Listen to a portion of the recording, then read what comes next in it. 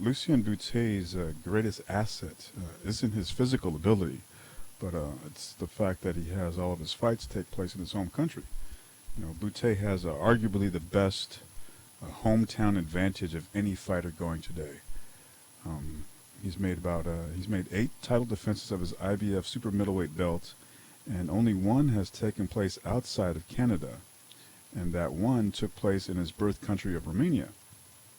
So that kind of lets you know that this guy isn't gonna leave the home cooking anytime soon.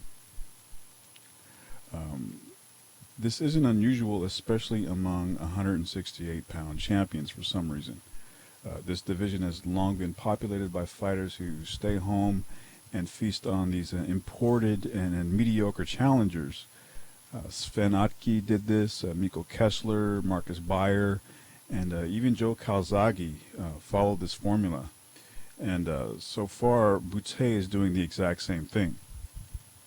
I do give him credit for stopping Librado Andrade in their rematch, but other than that, he's a fighter that needs a career-defining win, and I don't think that defeating Glen Johnson will bring him any closer to being an elite, to be considered an elite pound-for-pound fighter.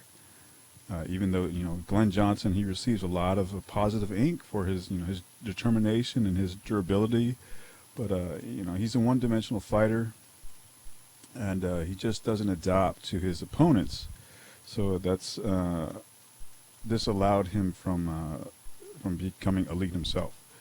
He defeated Antonio Tarver in their first meeting, and he held his own with Chad Dawson in their first match. But when he rematched these fighters, he lost them both in pretty one-sided fashion.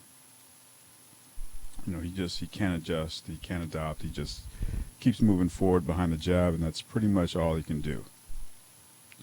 So, that being said, Johnson is the best fighter that Bute has faced, though.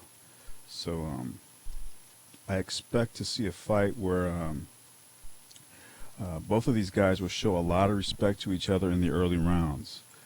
Bute is just going to keep Johnson at the end of his jab, and Johnson's going to just try and advance behind that high guard and try to get inside, and he'll be outpointed that way. Bute will just keep sticking the jab in his face and give him an occasional pot shot. The only possible drama is if Bute has another late round fade like he did against in his first fight against Librado Andrade. If this fight took place maybe 2008, I would see that as a possibility. I just don't see that happening this time. I see Bute winning this fight probably by lopsided decision. If he's got the referee on his side. So, I wouldn't be surprised if he stops Johnson late, if he's just going off on him, and we could have a controversial stoppage where the referee's always is on Bute's side, and he could stop the fight in his favor. I could see that happening. So having the referee on your side like that, having the crowd on your side like that, strange things can happen. So anyway, this is Bute by a landslide either way.